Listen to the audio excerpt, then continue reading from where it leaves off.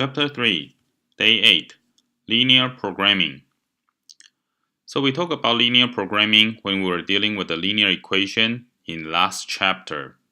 Here, we're going to extend that information into the inequalities of system of inequations.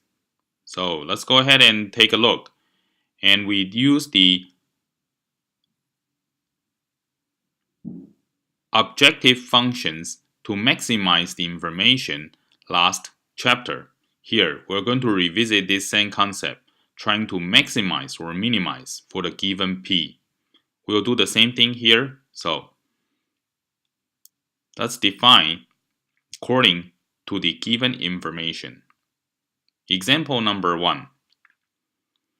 X greater or equal than 0, y greater or equal than 0, y less or equal than 3x plus 3, y less or equal than negative x plus 7. So there are 4 inequalities. Remember we discussed this last chapter. We call these are the constraints. These are the constraints. And we're going to use this to define our feasible regions. So where is your x greater or equal than 0? Remember I said when we try to find the borderline, you can treat the equal sign first, x equals 0. So where's your x equals 0? X equals 0 basically means it's going to be your y-axis. So I'm going to mark it down, x equals 0. And which region does it represent? X greater or equal than 0. I'm going to change it into a different color so that you can see it. Otherwise, if I graph the black color, the first one is going to make everything black. So x greater or equal than 0, I'm going to use this light green to represent x greater or equal than 0. Okay, so this is our first constraint. X greater or equal than 0, so that means to the right hand side of your y-axis. Second one, y greater or equal than 0. Let me change it back to color black for the borderline. Y greater or equal than 0, so that simply means it's going to be our x-axis. And which region does it represent? Greater or equal than? So let me pick a light color here. So for anything greater or equal than 0 for y, so it has to be above the y line. So have you seen that which region I'm shading it twice already? So basically at this point, I can say my feasible region is going to be fixed to the first quadrant. Only the first quadrant are being shaded twice at this point. So the first quadrant is going to be, I narrow it down to the first quadrant because based on the first two constraints, x greater or equal than 0, y greater or equal than 0. The third constraint is y less or equal than 3x plus 3. So the y-intercept point is going to be 3. And then the slope is 3. So I go right 1 unit, I go up 3. I go right 1, I go up 3 for my second line. Y is less or equal than 0. Less or equal than, less or equal than. So how about you plug it in 0? If you test 0, will 0 work? Is 0 less or equal than 0 plus 3? So 0 is indeed less or equal than 3. So then I can mark the color as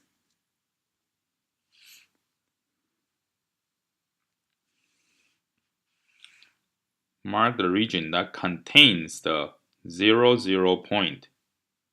I'm just going to mark it down to show you where I'm shading, okay? So at this point, we've already shaded 3 colors.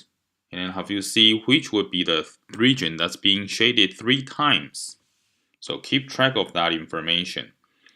And then the last one, we are going to graph the very last constraints, which is y less or equal than negative x plus 7.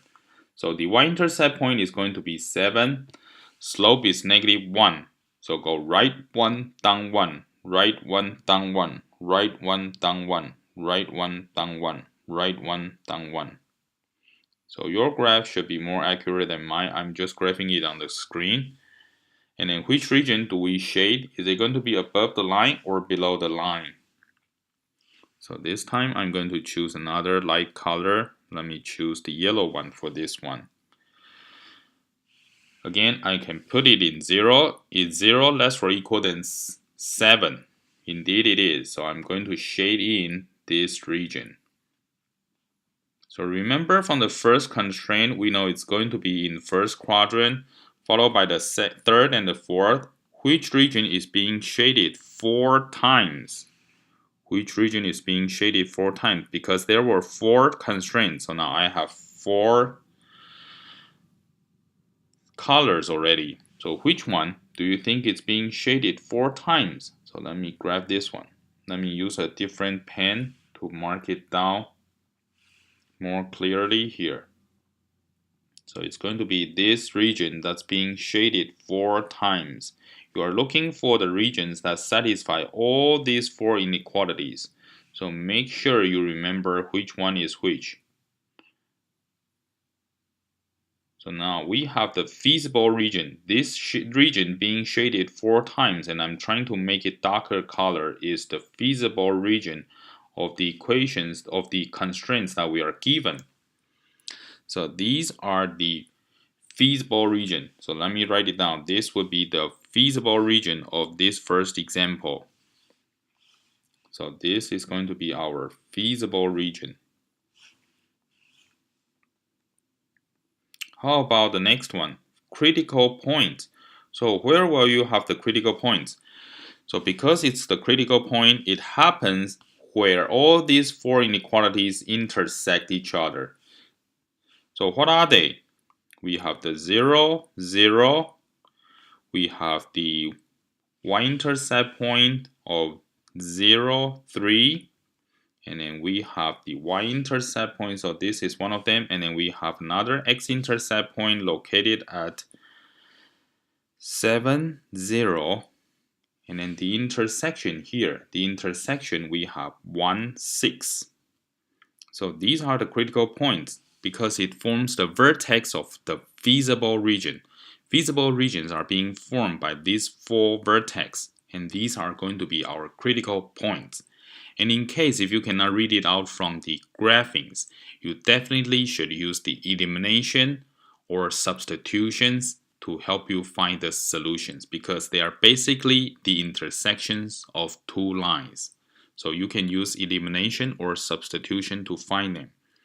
Next question we have maximize at p equals 10x plus 16y. So what will be the maximum value? At this point, you just plug it in each point. So if you plug it in p 0, 0, so replace x with 0, replace y with 0, so that basically gives you 0. 0 plus 0. Followed by p 303. So replace x with 0, you replace y with 3. And that is 48. Next one we have P70. I'm running out of room down below, so I'm going to write it up here. P70. So this time I'm going to replace x with 7 and then y with 0. So 7 times 10, that's 70. And the last one, 16. P of 16. So x is going to be replaced by 1. Y is going to be replaced by 6. So 1 times 10, that's 10. 16 times 6, that's 96. So that's 106. So of all the 4 values, which one gives you the maximum value? We have 0, 48, 70, and 106. So obviously 106 gives you the maximum value. So which coordinate pair will give you the maximum value of 10x plus 16y? So according to our calculation, this point P of 1, 6 will give you the maximum value for your very last equation. So you have to calculate this one in order for you to check the maximum values. Plug it in, Find the critical points. Example number 2. Let's first graph the feasible regions. Where's the feasible regions? So we are given 4 inequalities. First thing, x less or equal than 0. X less or equal than 0. Where is your x equals 0 line?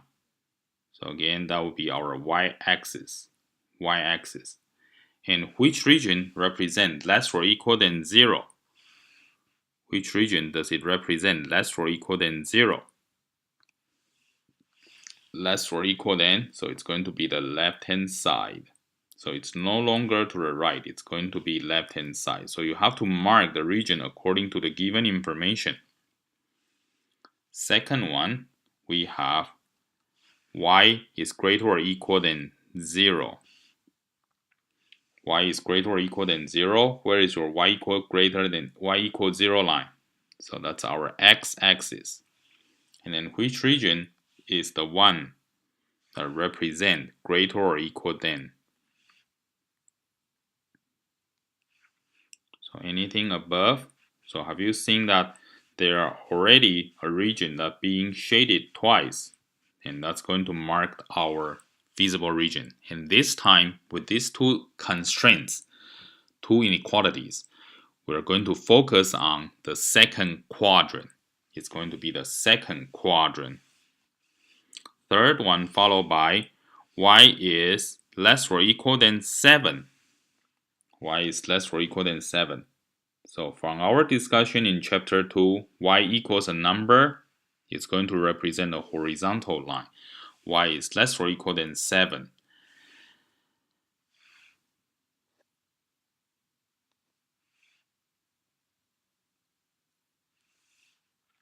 Less or equal than, so means this one. Less or equal than. So which region is being shaded 3 times already? 3 times already. So keep track of what you are doing. And then the last one we have y is greater or equal than negative 2x minus 7. So the y-intercept point is negative 7. Slope is negative 2x. So instead of going right 1 down 2, because the slope is negative 2, right 1 down 2, I'm running out of room, so I'm going to go left 1 up 2, left 1 up 2, left 1 up 2, left 1 up 2, left 1 up 2, left 1 up 2, to mark the line so that I can graph the negative slope. Remember, if you go right and then the line goes down, that means it's a negative slope. So which region does it represent? Y greater or equal than negative 2x minus 7? Again, I would like to test using the testing point. So which one is it? If I plug it in 0, 0 is it greater or equal than 0 minus 7? 0 is greater than negative 7. So I'm going to shade the region that contains the 0, 0 point. The 0, 0 point.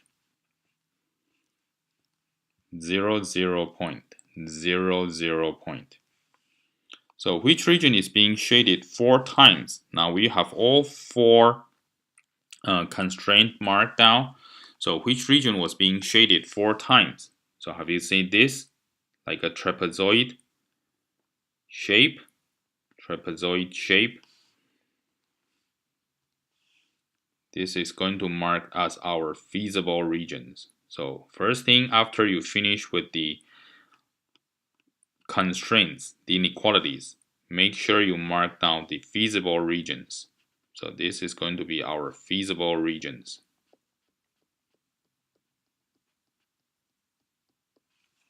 And what are the critical points? What are our critical points here? Remember, the critical points are being formed by the vertex of these intersections. So what do you see? Again, we have the 0, 0 as one of the vertex for the trapezoid. We have the y-intercept of 0, 7. We have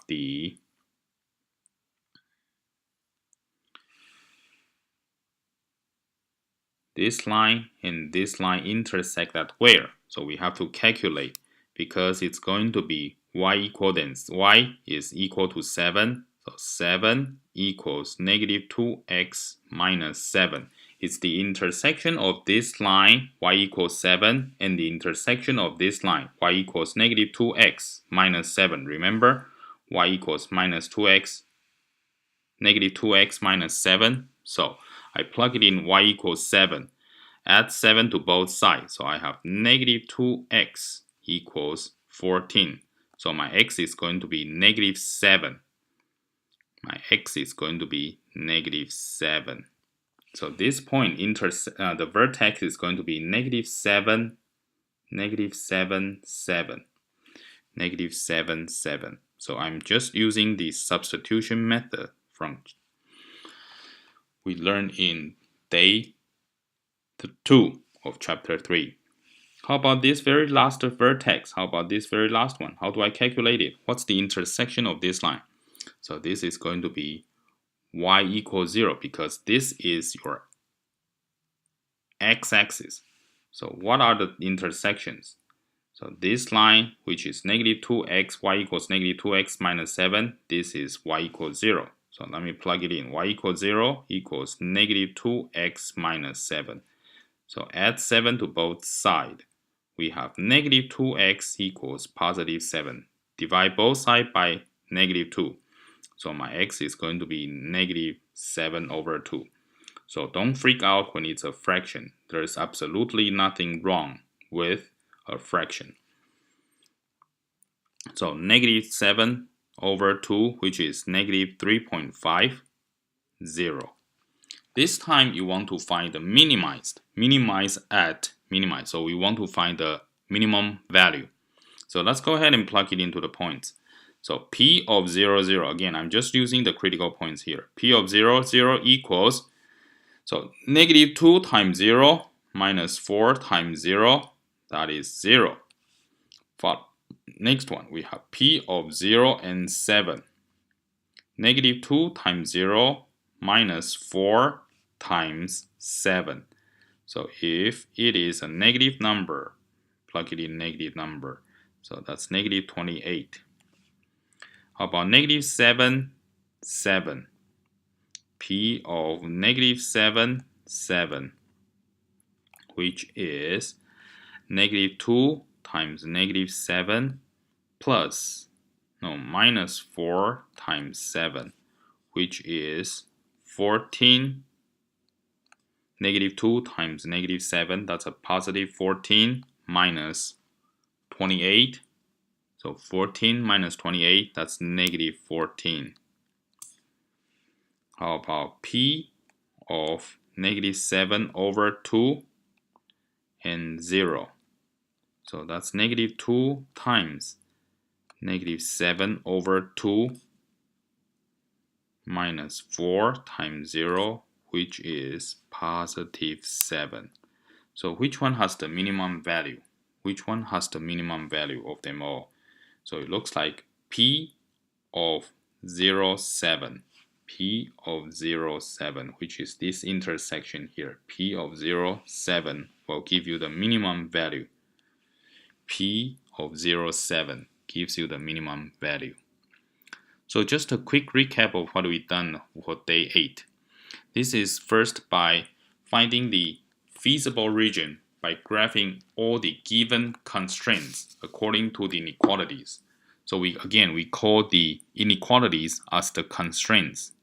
And then mark the region that's being shaded with all the inequalities, meets all inequality requirements. That's the feasible regions.